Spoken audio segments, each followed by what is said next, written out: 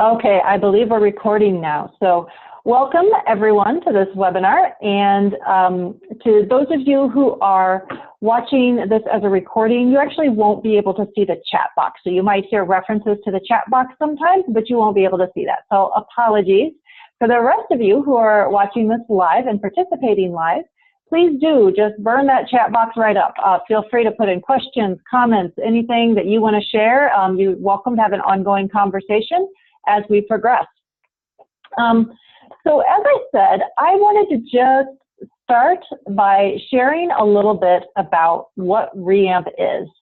And so REAMP is a network of about 130 member organizations spread across 8 states in the Midwest. And our vision is a Midwest in which we all have access to the energy we need in order to live, move, work, and play. And we produce and use it in an equitable and just way that protects our health, well-being, and the environment. Those who are most impacted from its production and consumption are centered in those decisions, and we generate climate solutions rooted in our collective values that spread across our country and the world. And then the mission of the network is to set collective strategy. So among those of us who share this vision, we want to get together and collectively think through the best ways to achieve it and enable collaboration on climate solutions in the Midwest. And our values, we ground our work in the following values. These are in alphabetical order: collaboration, community, democracy, equity, justice, and scientific rigor.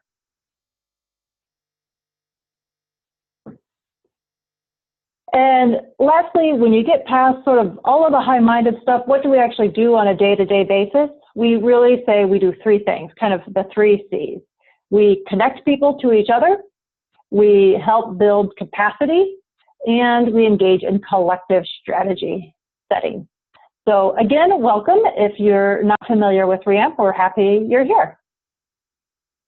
And for those of you who are, lots of ways to get involved in the network. The annual meeting is coming to Milwaukee next year. Everyone should come to that. We have town hall forums and webinars and peer learning circles. We have an organizing hub to help you run excellent campaigns, committees, and action teams, which is what brought us here today, and state tables. And what's an action team, you might ask? Well, it's a diverse group of people collaborating to solve a problem within the framework of the REAMP systems analysis in an equitable way. What's that systems analysis, you say? Well, if you think of it this way, so we're developing a shared framework, and if you think of that as the soil, that things like sort of the grounding, and then action teams are the place where ideas arise out of that analysis, and they can grow into then excellent campaigns or other work that actually affects the system we're trying to change. This thing up here on the right is that represents our state tables. So we also have another structure called state tables, and that is where people get together in their state to build power over time, so that the plants don't just wither on the vine. The idea is that they are having enough, they're having enough clean air and clean water. It's like basically the state tables are trying to provide the environment where these ideas can thrive and take root. So, and all of that, of course, then feeds what we learn, feeds back into our shared analysis. And so again, with action teams kind of being like these ideas or issues that arise out of the shared analysis and inform the shared analysis, just for those of you, just a little orientation, there's 3 levels. The first one's really an organizational level, kind of what do we want to do.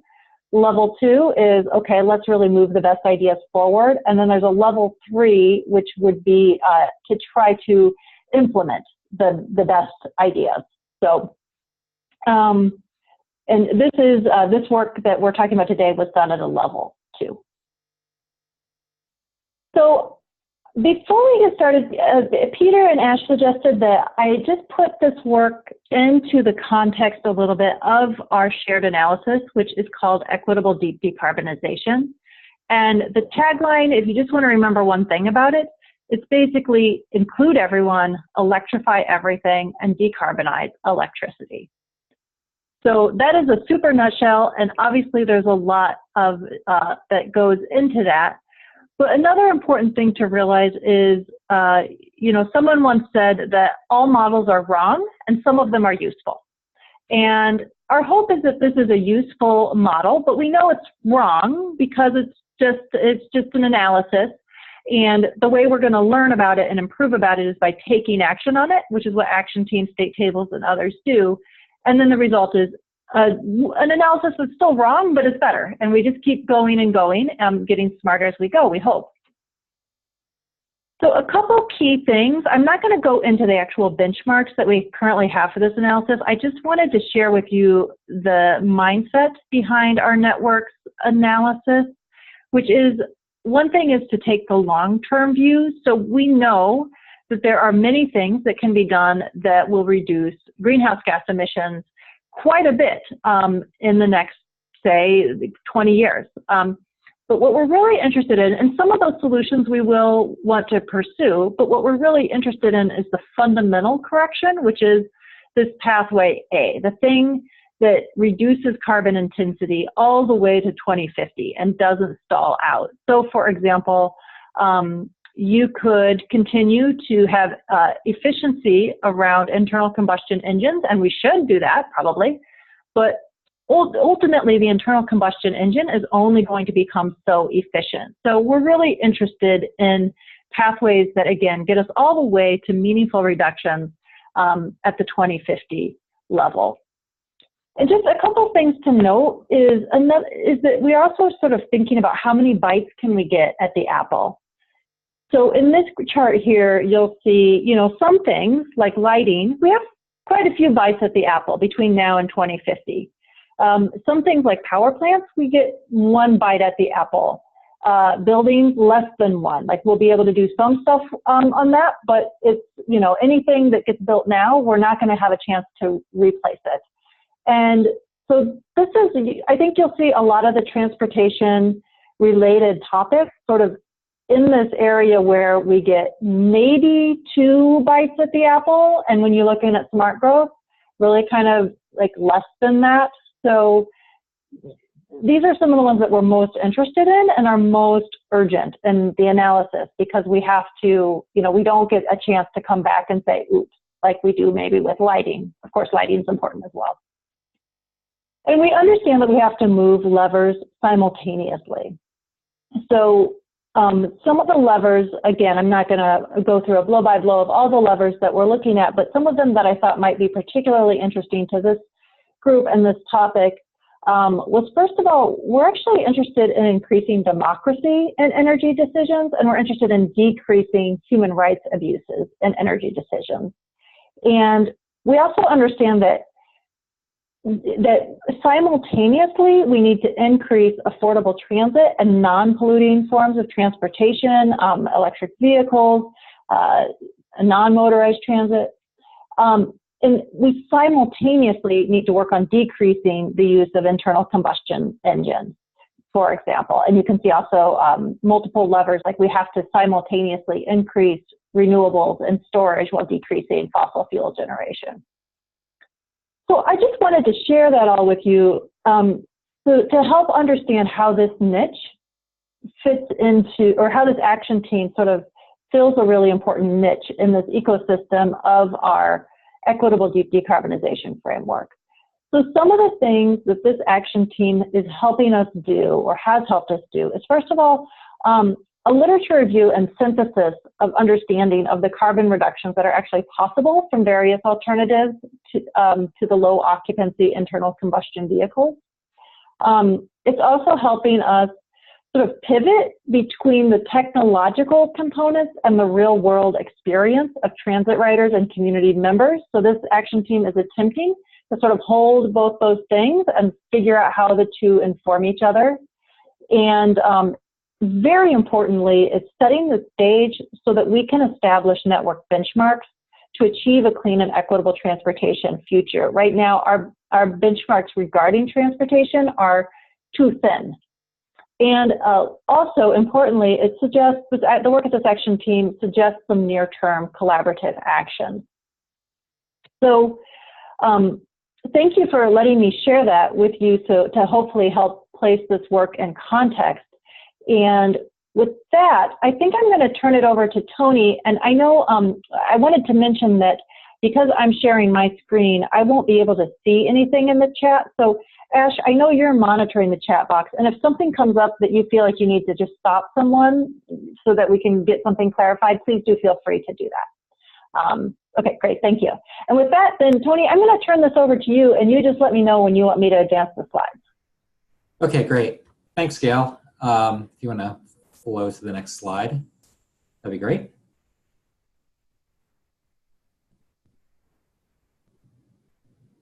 Okay, there we go. Hi, this is me. I'm Tony Dutzik again. I'm Associate Director and Senior Policy Analyst with Frontier Group. You can go to the next slide. And what I want to do today is to talk a little, for a few minutes, to put the report and today's presentation into perspective of the overall comprehensive approach to decarbonizing transportation. Now, as many of you probably know, transportation recently surpassed electricity as the #1 source of carbon pollution in the United States. And it's also one of the most challenging sectors that we have on the way to a decarbonized energy system. As Gail mentioned, one of the pillars of REAMP's approach to addressing climate change is to electrify everything. And electrifying our cars, buses, and trucks is a necessary and important step on the pathway to decarbonization. And it might, in fact, even be the most important step. But it's a step that we're not going to talk a lot about today. And part of the reason is that we want to be able to put the thing that we are focusing on most in this report and in this presentation is the broader transportation system context. And what we hope to achieve by doing that is to frame the problem in a slightly different way, and also to talk about how electrification can fit in. And you know, I think that that comes from the analysis that the climate and transportation problem isn't just a problem with our vehicles. It's a transportation system problem, it's a land use problem, and it's a problem with the way that we've come to organize our communities and our lives. So the report that Alana Miller will be discussing in a few minutes focuses on strategies that we can use to build upon the benefits of electrification through a comprehensive strategy that leaves no opportunities for cutting carbon pollution from transportation behind. There are 5 reasons why this kind of a comprehensive approach to decarbonizing transportation makes sense. The next bullet. So first, a comprehensive strategy makes decarbonizing transportation easier. The fact is that the transportation system that we've built in the Midwest and around the United States is an energy hog. It's not just our cars that are energy inefficient, it's the entire system. We have the capacity to repower that entire system with electric vehicles powered by renewable energy, and we must. But we also have the opportunity to make that task easier for ourselves by reducing energy demand from transportation. Let me try to put some numbers on this. The National Renewable Energy Laboratory just came out with a study fairly recently that estimated that electrifying buildings and transportation would boost electricity consumption by about 30% by 2050, with most of that extra demand coming from transportation. Every mile that we don't have to drive makes that task of powering our remaining transportation needs with renewables that much easier. A second reason why a comprehensive strategy is important is because it makes our efforts more resilient to setbacks. Next bullet. So among the most effective policies to cut carbon pollution, for example, from transportation are the federal and state clean car standards, which drive increasing energy efficiency and fuel economy from internal combustion engine vehicles, and have also been set up to drive the transition toward electrification and electric vehicles. Those standards, unfortunately, are currently under attack by the Trump administration. A recent analysis by the Environmental Defense Fund estimated that if that rollback goes through, we'll lose about 2 billion metric tons of emission reductions that we were counting on to meet our climate goals for 2025, 2030, 2035, and beyond. Now, if you're investing for retirement, it's usually a good idea to have a diversified portfolio. And the same is true of our efforts to decarbonize transportation. We not only need a good plan A, but we also need plans B, C, and D to ensure that our decarbonization efforts are resilient to setbacks. A third reason why a comprehensive strategy is important is because many of the actions that we're going to be talking about today are things that can be implemented immediately and that can be implemented almost anywhere. Turning over the entire vehicle stock takes time. It's important to start, but it does take a while to finish. But we can stripe a bike lane tomorrow. We can start running more buses or change the way that we charge for parking or road use in just a few months. Now, it's true that some of the strategies that we're talking about today, especially land use change, will take decades to achieve. But there are a wide variety of ways that we can dig in and get our hands dirty in addressing the transportation decarbonization challenge right now. A fourth reason why this is important is because many of the strategies that we'll talk about today make electrification of transportation easier. Now, think for a minute about the things that have traditionally kept consumers from buying electric vehicles. It's been range anxiety, cost, and lack of familiarity with the technology. Now, a lot of those barriers are currently falling very rapidly. But if you think about it, in one respect, those barriers haven't necessarily been barriers related to electric vehicles so much as they are barriers constructed by the way that our transportation system exists. So if you have a system in which everybody needs to own a vehicle, and the most of us use private vehicles for most of our transportation, then some of the barriers to electrification get to be a lot more significant. So it's understandable, for example, that folks who have long drives to and from work might be a little bit nervous about running out of electricity on the highway, or that folks who are making their second biggest capital investment that they make as households, only after their house, might be a little bit nervous about investing in a technology that they're not entirely familiar with. Shared mobility services like car sharing and electrified public transportation can help to overcome some of these barriers. With shared transportation modes, it's not the individual consumer who has to take on the risk of making a big upfront investment anymore. And by using EVs to meet demand for short trips in our cities, range anxiety disappears as well. What's more, when we give people a taste of electric mobility by riding an electric bus or using an electric car sharing service, we could make it more likely that folks will become more comfortable with the technology and more likely to buy electric vehicles for themselves the next time they go to the showroom. Switching from internal combustion engines to electric motors also enables us to build different kinds of vehicles. One thing that I've been noticing lately on my commute is that I notice a lot more various types of small electric vehicles. So there's electric bikes, electric scooters, electric skateboards, even I've heard rumors about, but I have yet to see in person, an electric unicycle.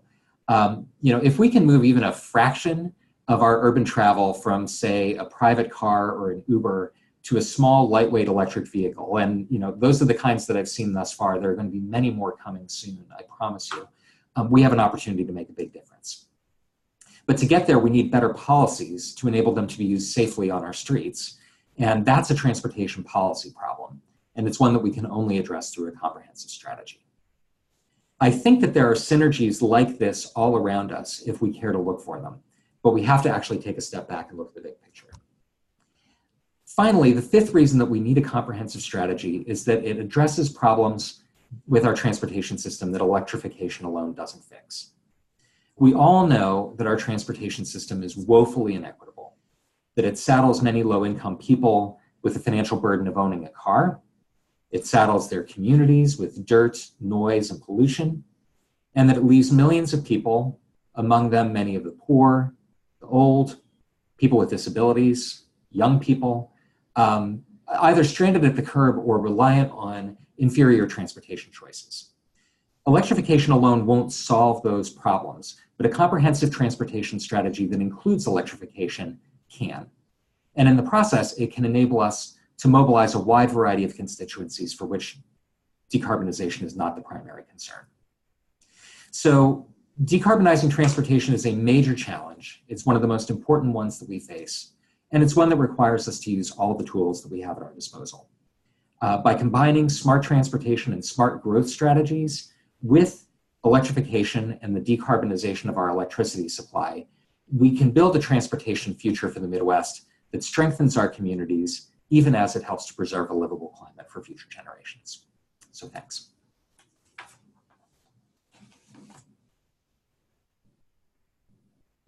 Great, thanks. So now I think we're going to turn it over to Ash to share a little bit on this next section here. There you go. Great. Thank you, Tony. So I am going to talk, you can go to the next slide, Gail. So I just wanted to lay out, a vision for what our target year, 2050 clean, inclusive transportation system would look like in the Midwest. So the biggest difference, I think, would be an increase in the number of transportation options that we would have. So in 2050, if you step out of your house, you should be able to access a variety of ways to get to your destination. So as Tony mentioned, this could be one of several different types of small electric vehicles, electric bikes, electric scooters, electric unicycle. You could probably get on frequent rapid transit that could take you to work, just without having to walk too far to get there. You can walk and bike to destinations that are, because we've changed our land use, destinations are closer. So housing, jobs, healthcare, and leisure are all easily accessible without a car. New development that happens will happen along public transportation modes and corridors. And these areas would be the ones to attract new population growth as well. So all of this would happen without a net increase in traffic. All of the electricity that would be powering our 2050 transportation system will be generated from renewable sources. Next slide, yeah. And then the Midwest will be connected by a frequent rapid transit system that connects all of the different population centers within the region via high-speed transportation. Whether this is trains or any other kind of transportation, we don't know yet, but these would allow people to get from all of our major cities to and from our major cities without the use of a car. These public transportation options would be frequent. They would be really fast, over 200 miles per hour. And then they would connect different kinds of cities. So they would connect big cities, they would connect suburbs, and they would go to downtown regions as well. And eventually they would connect to other types of public transportation systems within these regions. So it would really be a sea change in terms of how people think about traveling between, Chicago and Milwaukee, for example, and would choose to make these trips without, instead of driving as they do today. This is actually a picture from the Midwest High-Speed Rail Association. They're a nonprofit organization that has been pushing for high-speed rail in the region for a long time. And if you go to their website, they have a lot of good info there as well. Next slide. So unfortunately, over the last, few decades, we have had somewhat explicitly racist transportation policies that were hugely responsible for the segregation that we see in our cities today. African Americans especially were systematically shut out of the federal grants that were available for Americans to buy homes, that were available for white Americans to buy homes. And many economically vibrant and close-knit African American communities across the Midwest and across the United States were raised to make ways for the inner city freeways that you see in almost every Midwestern city today. These two pictures show the inner loop in Rochester, New York. The inner loop on the top picture on the left has been characterized as a noose around downtown. This is a depressed freeway that goes around downtowns and has disconnected all of these neighborhoods on the other side from being able to access opportunities within the city itself. And they segregated citizens mostly by race. And this is something that we've seen in cities all across the Midwest. Fortunately, cities today are realizing the danger that these danger and the harm that these sorts of inner city freeways have wrought. And a few years ago, the state of New York gave a grant to the city of Rochester to refill and reconnect the inner loop. That project is today complete and looks a lot like the rendering on the bottom right here, where neighborhoods that had been bisected in the past have been reconnected. And, in 2050, this is what we hope that our cities will look like, where, they would no longer be underserved with public transit. There would be high walkability in these communities. Crash rates would have gone down. A lot of the vacant property that we see in near freeway communities have been filled, and air quality would have been improved significantly. Unfortunately, today, Detroit, Cleveland, Chicago, and Milwaukee are amongst the most segregated cities in America. Next slide, please. And in 2050, the goal is that the true cost of driving will be pretty evident to anyone who is trying to make a decision on what kind of transportation mode to use. Today, when you get on a public transportation bus, you pay your ticket at the door, it's $2.50. You know that that's what it's going to cost you to get from point A to point B at that moment.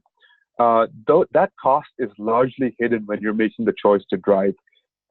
So when if you get 30 miles per gallon, you might think, okay, you're spending about $60 a month on fuel, for example. But there's a whole bunch of other costs that are externalized and not necessarily apparent to the consumer. So for example, we pay into the gas tax that funds some of our infrastructure, but a lot of that infrastructure is actually paid for by property taxes, by income taxes, and from the general fund. The cost of car ownership is really high. In Wisconsin, for example, the average cost of owning a car, once you factor in fuel, maintenance, insurance, depreciation, is around $10,000 a year. And that's just a staggering figure. And so we don't really realize how much we are spending in terms of how much we are actually spending when we choose to drive. And there's a whole bunch of externalities from driving as well, whether it's in terms of poor air quality, auto-oriented communities causing things like cardiovascular disease, asthma, and increasing rates of chronic disease like diabetes. All of those things are not, they're all hidden. So by 2050, the goal is that we will be able to make a reasoned choice between choosing the transportation mode that not only works best for us, but works best for the community as a whole. Go to the next slide. So while that is a great vision, unfortunately, this is where we are today. This is a series of pictures from mostly Wisconsin. We've seen consistent cuts in public transportation facilities, resulting in fewer bus routes, bus stops. The second picture on top is taken by one of our partners in Appleton, Wisconsin. Somebody on a wheelchair is traveling on Interstate 41 on a sidewalk there, presumably trying to get to a food establishment on the other side of this really busy freeway. The fact that someone has to risk their lives every day just to get basic needs is just really, it's a sad testimony of what our transportation system is today. Our local roads are in really poor condition. The bottom two pictures show cracked sidewalks and potholes in almost every single state in the Midwest today. We have poor local road conditions, and those are, those speak to the imbalances in how our transportation priorities are being chosen today. So we have a long way to go, but I don't think it's impossible because, transformative change has happened in the past in a reasonably short time. Let's go to the next slide. These are two pictures of the city of downtown Milwaukee. This is Milwaukee 1953 on top and Milwaukee 2014 below. And this is a span of 63 years. And you can see how the city has changed in just a few decades. The picture on top, Milwaukee has dense neighborhoods that seem to be connected by a good grid of streets. It seems like destinations were clustered close to each other. And this was, the way cities were designed in the Midwest for a long time, not just our cities, but our towns and our villages as well. You can see people mostly did not drive to where they needed to go. And in Milwaukee in 2014 looks very, very different. The downtown has been bisected by two huge highways, a massive interchange at the bottom left corner of your screen there, that picture there. Most of this, you can just see how the size of city blocks has increased, and we can see how, a lot of the space has been turned over to parking. And so while this is, an example of change, of transformative change, it's change in the direction that we do not want to see. But this is something that has happened in our community, so it's not impossible that we can get to the opposites. We can come back to a transportation future that is inclusive, that is clean, that works for everybody, and it can be done in a reasonable amount of time. So I will now pass it on to Alana, who has done the bulk of the work in figuring out how, what the benchmarks are that we need to set and how we can get there. Thanks, Ash. So again, my name is Alana Miller. I'm a policy analyst at Frontier Group and the lead co-author of this report. In my time at Frontier Group and throughout my career, I focused mostly on low carbon transportation, including looking at electric vehicles, electric buses, walking and biking. So it was really great to put all those pieces together and think about what they might look like in the Midwest. Today I'm going to highlight, next slide, please. Look at 5 different strategies that we covered in the report. So smart growth and compact development, public transportation, active transportation, shared mobility, and smart pricing. And each of those strategies on its own has the potential to reduce emissions while improving quality of life and access for Midwesterners. But as we'll talk about later, the greatest benefits and the greatest emissions reductions come from when these strategies are adopted together because of the possibility for synergies between the options. So a number of studies show that adopting these strategies in combination along with strong policy could reduce emissions about 20 to 25% by 2050, and even greater reductions are possible with a more aggressive implementation. So not only would these strategies reduce vehicle travel and demand for personal vehicles, but they would also help accelerate electrification, as Tony was talking about, and create a transportation system that meets everybody's needs. So we're going to look at each strategy individually, and then we'll come back to the potential emissions reductions before we take some questions and talk about some of the work that's happening right now. So Gail, could you go forward, please? Let's first think about land use. The physical layout of our communities influences which transportation choices are viable, how much and how far people need to travel to meet their daily needs. So sprawling single-use developments like the one on the left necessitate traveling longer distances and often require using a personal vehicle to get around. Just looking at it, you can likely see that you would need to drive from these homes to get to most places. Cities and towns with more compact development patterns make it easier to catch a bus or a train or travel by foot, and they reduce the distance that people would travel if they choose to drive. So you can imagine that living in these units on the right would make it easier to access a number of destinations without using your car. And increasingly, Americans want to live in denser, more walkable neighborhoods. That's particularly true with younger Americans. And a recent study found that most Americans, regardless of age, prefer to live in smaller homes that are walking distance to amenities as opposed to larger homes that require driving. And studies have also found that compact development is tied with greater upward mobility because there's access to more opportunities. So next slide. Although we know that the region still struggles with sprawl, you do see examples of more compact development happening across the Midwest. For instance, this shows a rendering after the demolition of a wastewater treatment plant in Iowa City that led to the creation of a mixed-use development and a riverfront park. Next. And around the Twin Cities, the amount of land that was consumed per resident between 2000 and 2016 was 2/3 lower than it was the previous decade, which is a testament to the growing popularity of urban living. Next, we're going to talk about public transportation. So compact development also enables good transit service. Public transportation has, of course, been an efficient low carbon option for Midwesterners to get around for generations. And transit enables residents to live full lives without owning a car. So it helps reduce emissions a couple ways. It transports large numbers of people more efficiently, and many forms of transit are easily electrified.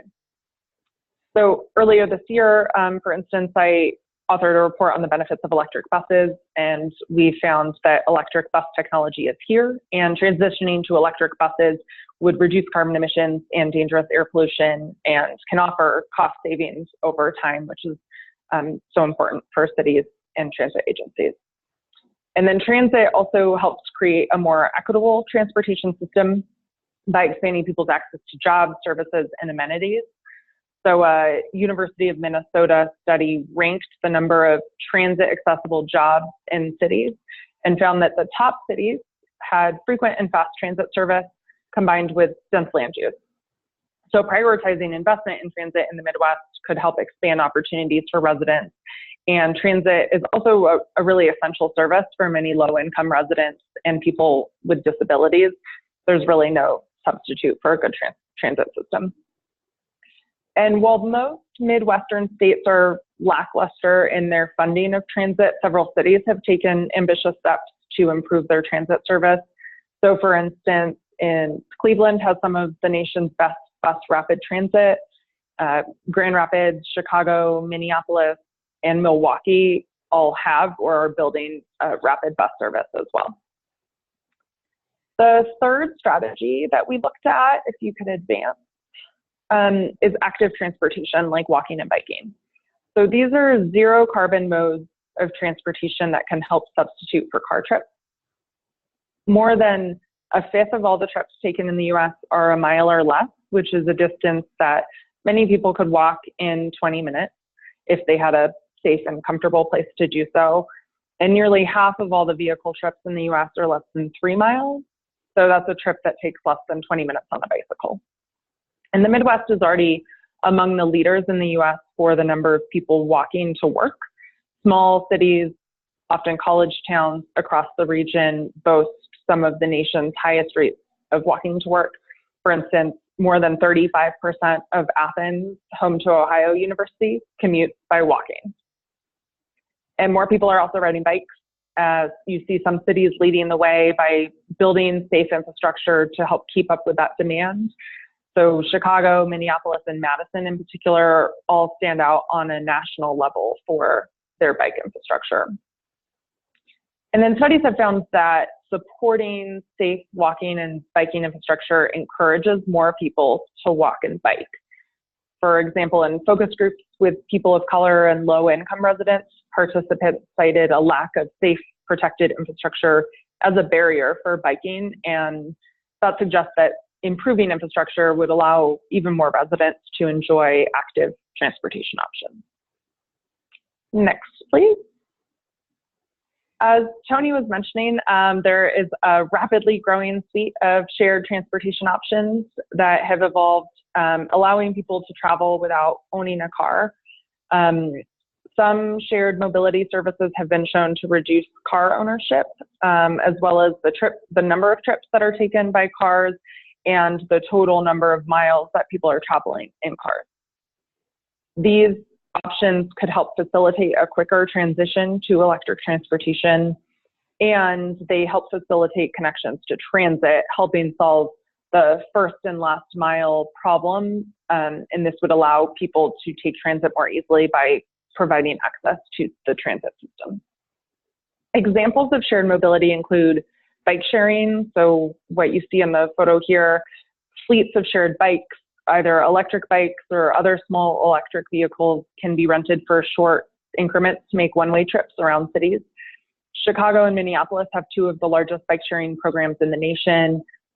St. Louis launched a bike share program in April of this year, and Detroit launched its first system last year. And then car sharing, you see an example here. Studies have found that car sharing participants often drive fewer miles, and it helps remove vehicles from the streets. So one-way car sharing, like Car2Go, for example, allows participants to pick up a car in one location and then drop it off in another location. And then there's round-trip car sharing, like Zipcar, which allows people to rent a car from a location and then return it hours or days later to the same place. Finally, I want to touch around on ride-hailing services. So what we know today as Uber and Lyft. These have not only been controversial in cities but in their present form, they have mixed impacts on carbon emissions. In some places, they might actually be adding cars to the road and displacing low carbon trips like transit. So in its current iteration, ride hailing is far from perfect, but ultimately it could help reduce emissions from transportation if it can reduce private vehicle ownership and help speed the transition to electric vehicles. The last strategy I'm going to highlight is pricing. So we know, as Ash was talking about, that gas taxes, vehicle fees, and parking charges don't actually cover the full costs of driving, including building and maintaining roads, and they're far from reflecting the environmental and societal impacts of driving. So if the Midwest is going to achieve a rapid reduction in carbon pollution from transportation, subsidizing individual driving and car ownership is only going to stand in the way. Technology, fortunately, now can help facilitate smart pricing that helps us encourage the use of transportation systems that reduce emissions, so carpooling or using public transit. And examples of how you could price transportation include charging drivers based on how many miles they're actually driving, charging car insurance based partially on driving, smart pricing that changes during periods of high demand, programs that limit or put a price on carbon, and then decongestion pricing, which you see an example of that here, that charges drivers to actually enter downtown. So next, we're going to talk about the emissions benefits. So now that we have a better suite of the options, let's think about what they could do for climate emissions. The potential for each of these strategies to reduce carbon pollution has been well supported in some cases for decades. And a number of reports, including studies that we looked at from the Department of Energy and the Department of Transportation, have estimated the potential reductions for each strategy implemented on their own. You can see the numbers from a review of the literature on this slide.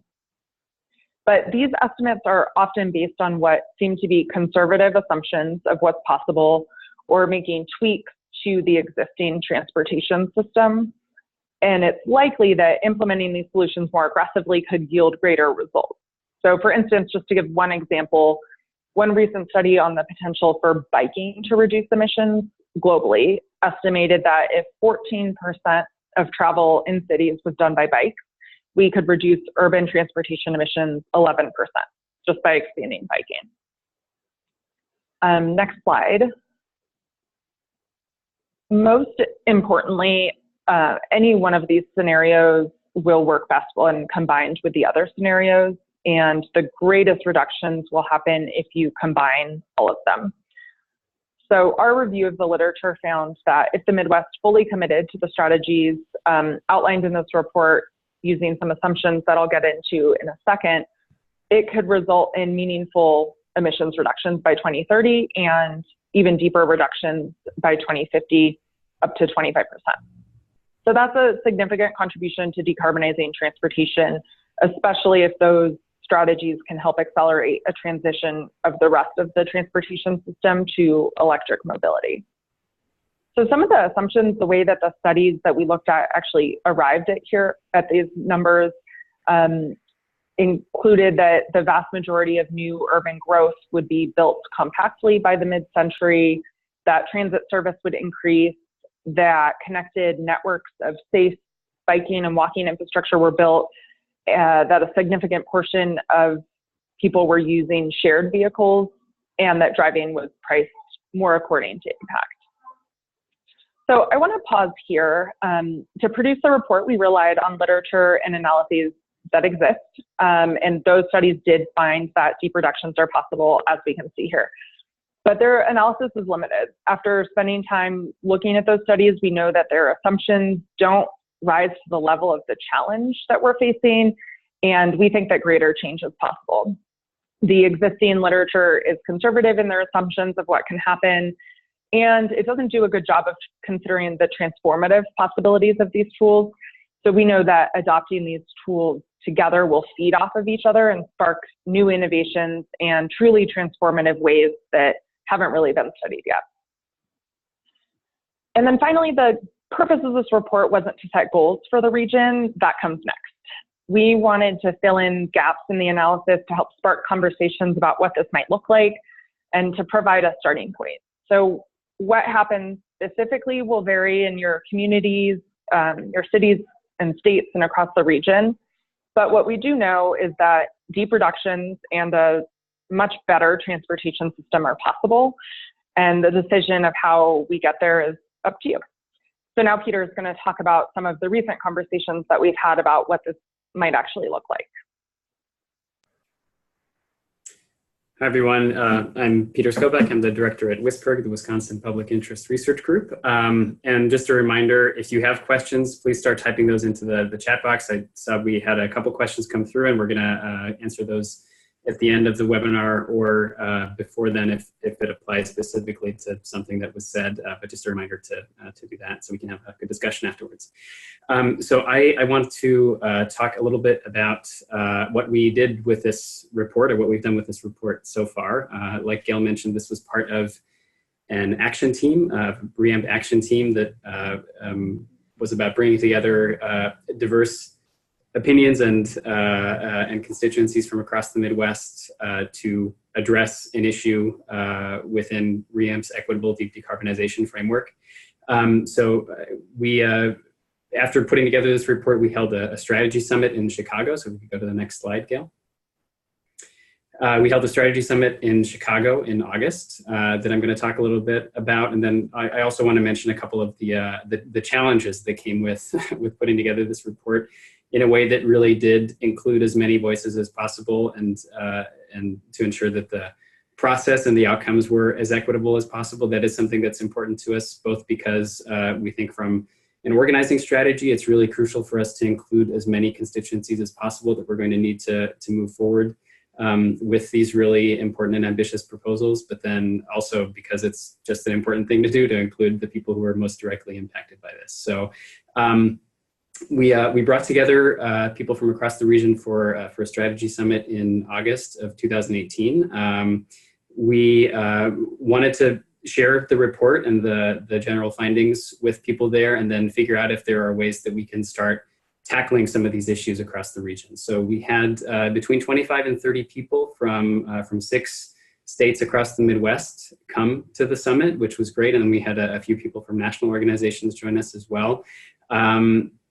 The people represented were, again, from a really broad variety of constituencies. So we had transit riders there. We had people who were volunteering in their communities to work on improving the transit system. We had faith organizers and people active in their church communities. We had researchers and policy experts who spend all of their time thinking about how to fix the transportation system. We had land use experts there. We had advocates and grassroots organizers there. So we again wanted to make sure that it was as broad a section of people who are impacted by these issues or who are working on these issues. This was challenging because we know that we aren't able to include everyone in these conversations. We had a limited time frame and a limited budget and limited room at this event. So we know that that we weren't able to bring everyone that we really wanted to have there into the room. So that's something we're aware of, and we're going to continue to have this conversation. This strategy summit was only a first step in that process. But then, so that's one tension, is how do we make sure to actually include everyone who wants to be heard on these issues and get their perspectives into the solutions that we're proposing.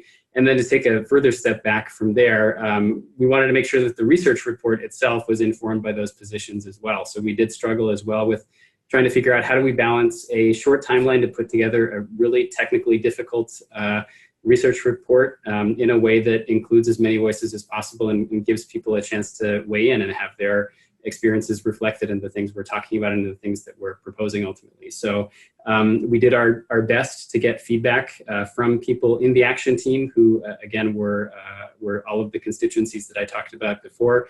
We tried to get as much outside review of the report as well and get feedback at as many points as we possibly could.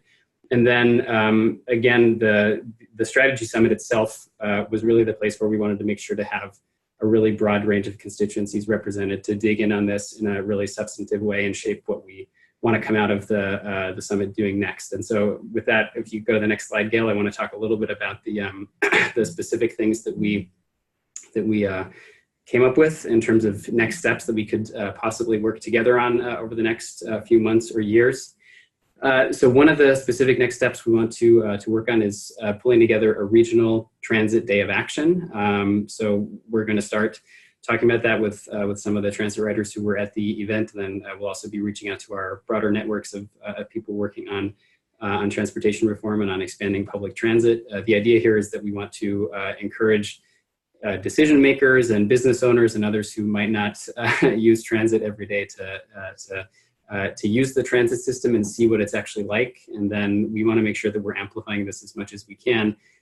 Choosing one day that 5 or 6 or 7 states across the Midwest are all going to do one shared tactic should hopefully get us some good media coverage, or at least social media attention, and will hopefully help us identify some new people to continue working with, whether it's grassroots volunteers and activists or decision makers and business owners who want to do more or should be doing more on this issue. We also thought about identifying new allies across the region. So this is something that kind of flowed from some of the work that we've done in Wisconsin. We've been trying hard to build coalitions both with environmental organizations and social justice organizations and faith groups that work in urban areas across the state, but then also with fiscal conservatives who are really realizing that we can't continue to spend as much money and borrow as much money as we are to expand our highway network across the state. It doesn't make sense from a fiscal perspective, and it certainly doesn't make sense from an environmental, a social equity perspective, or from creating the kind of transportation system that actually works for people in the state. So what are some of those partnerships that we could start to build in other places across the state? Are there ways that some of us across the region have been able to create those partnerships, and how can we inform one another on those things? Related to that, we thought it would be great to bring together legislators who are working on transportation reform across the Midwest. We have some really great champions here in Wisconsin, and the same goes for people in Illinois and Ohio and many other places. So finding a way for them to network and energize one another to work together on these things seems like a really great way to build more of a movement in state capitals across the region as well. We've started an information exchange for electrifying public transportation.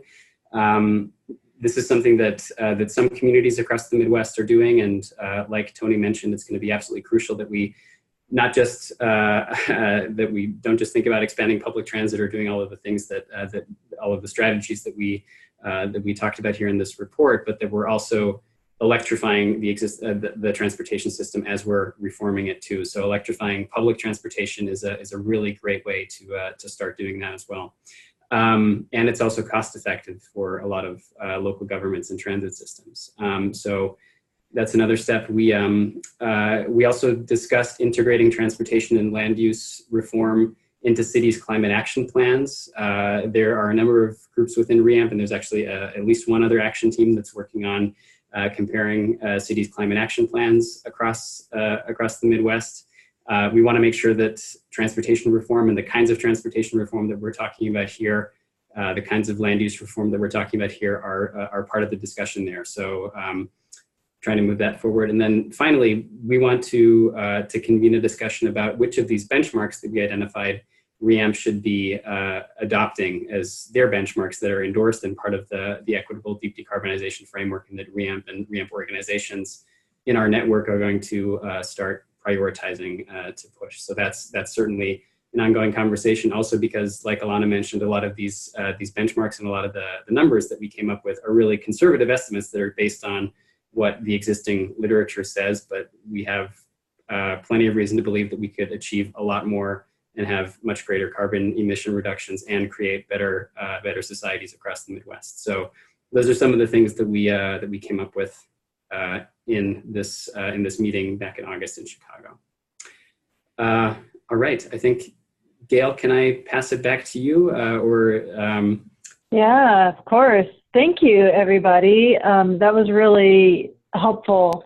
And also, we do have a slide here with everybody's contact info. So I know that we have come up on the hour, but we do have a few questions from what I understand. And As I said, I'm not actually able to see the chat box, but go ahead and type your questions into that chat box, and we'll answer questions in the chat box first. And before we go, we can unmute people too, and if anyone wants to ask a question by voice, but we'll start and see if there's anything in the chat box. So Ash, are you able to tell me what kinds of questions or comments we've got coming in there?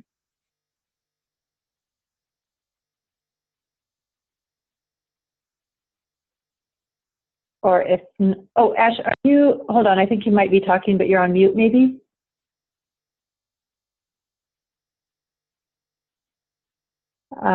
Okay, well, we can't hear Ash, so Peter, maybe you can tell us. Hopefully the questions aren't all for Ash. So. No, I think this is a collective question. This is from John Becker, so I'm going to read this question out. So John Becker says, since climate disruption is an existential threat, it requires solution. Other countries are moving by 2050 or sooner to 100% carbon-free renewable energy with 35 to 50% reduction in energy use overall, while eschewing risky nuclear power, polluting hydropower, and food competitive biomass. So for example, Denmark's energy plan, created with the help of more than 2,000 engineers and based on existing tech. Why does this transportation proposal fall short of actually solving the problem of climate disruption? That's John's question. Okay, and I might just make a quick clarification. Well, two clarifications. One is, Ash, I think I figured out how to unmute you. I think it was because you were on your phone. But the second thing is, I don't think that we actually have a proposal. I think what we have is a body of research. And so maybe we hope that this body of research can be built on to make some collective strategies and proposals. So, but I want to kick it maybe to Tony and Alana to say, did you guys, what was your frame of mind? Were you looking at any of that research reference that John references by chance?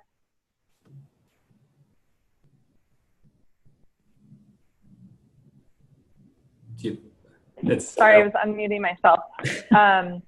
Well, so I would say that we made an intentional decision to look at non-electric modes of transportation, and we know that those are going to be so critical, and hopefully as soon as possible we can have an electric grid that's run entirely off of renewable energy, and the electric pieces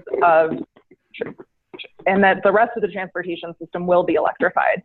But that being said, we also wanted to look at the emissions benefits and the energy demand reductions that would happen if you used all of these components like biking and walking and putting these closer together so you can access opportunities and ways to expand people's options besides just electrifying the current system that we have right now, which you could maybe get to a 100% reduction if it was all renewable energy. But we wanted to intentionally look at those other pieces and see what is feasible based on what current literature says you could achieve by using those. And again, the assumptions in the literature we looked at, we think are conservative, and that communities, we hope, will do more. And that's the next step, is thinking about what this actually could look like and what pieces you adopt and on what level and how. Yeah, the only thing I'd add is that I think if you look at Ash's presentation, and certainly in the modes and strategies that we talked about in this report, none of them are inherently reliant on direct combustion of fossil fuels. And in fact, from buses to bikes to e-bikes to walking, all of those are forms of transportation that can be powered by electric vehicles.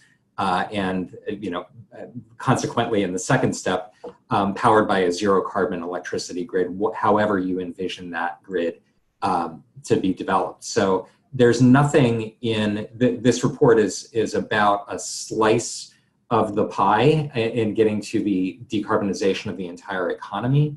It's one that I think is consistent with and helps to enable the kind of transformation to a zero carbon grid that I think that you're talking about and envisioning. So I see it as being a part of the picture for how we get there, as opposed necessarily to something that is in conflict with it. Great, thank you, Tony and Alana. Do we have another question in there, Peter? We don't have or any other comments? questions in the chat box. So I think what I could suggest to folks is if you're able to unmute yourself, feel free to unmute your microphone. Or if you're joining by video, you can do that. Otherwise, if you click on the participants box or the participants logo at the bottom of the screen, you should be able to unmute yourself there or to raise your hand and then ask a question and we can call on you.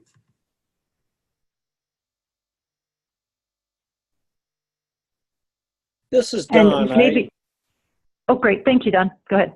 Yeah, I wonder about approaching this from a little bit different angle, I think, than a lot of what I've been hearing. And that is from an economic and also personal aspect of this, in that, what are the costs we're incurring because people can't get to jobs, employers are incurring, the cost to our roads, the cost to healthcare. I mean, but this is sort of based on, we have to be able to influence decision makers in a lot of cases. And as you all know, we're suffering considerable challenges there. An elderly who can't get to the hospitals or healthcare appointments, kids who can't get to school. So I'm wondering about, approaching this both from an economic and people perspective, if there are things there that might help influence decision makers, and wondering how much research has been done along those angles.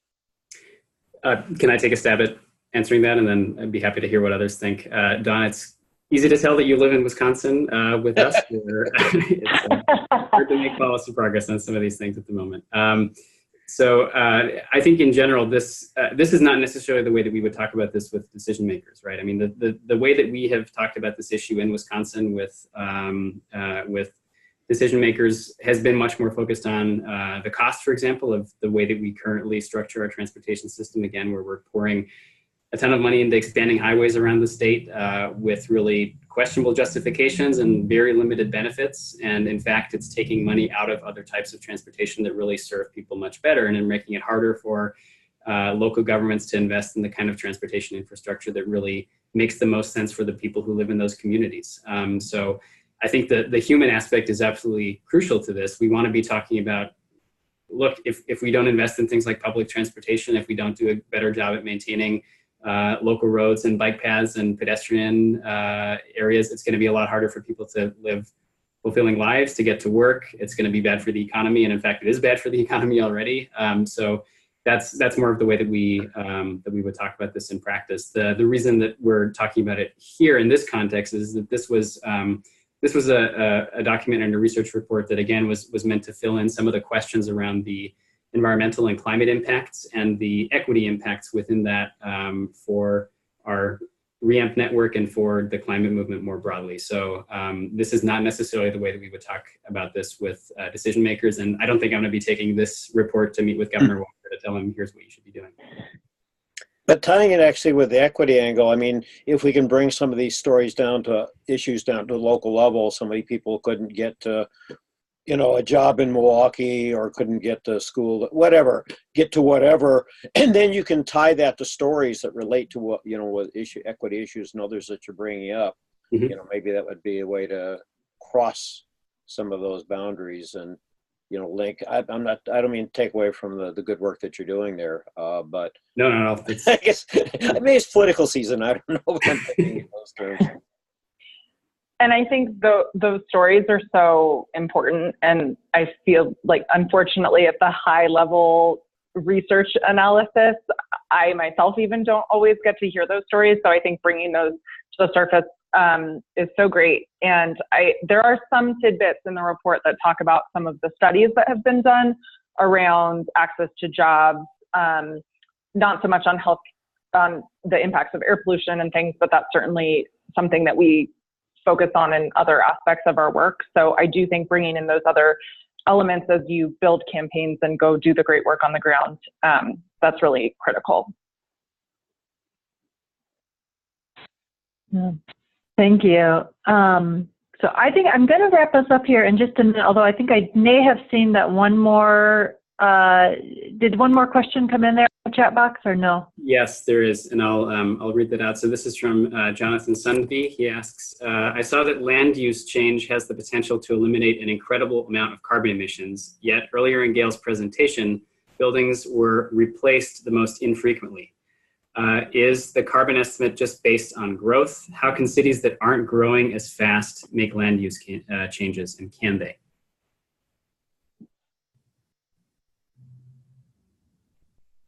Alana, I see you on mute. Do you want me to take a crack? I think you should take a crack. Okay, I'll take a crack at it. So, so the first part of the question, there's two parts. So the question is, the buildings are replaced most infrequently. Alana, you can correct me if I'm wrong, but I am almost positive that the figures that were used for the land use emission reductions are based on new growth. So it's a percentage of new growth that is built in compact neighborhoods. Right.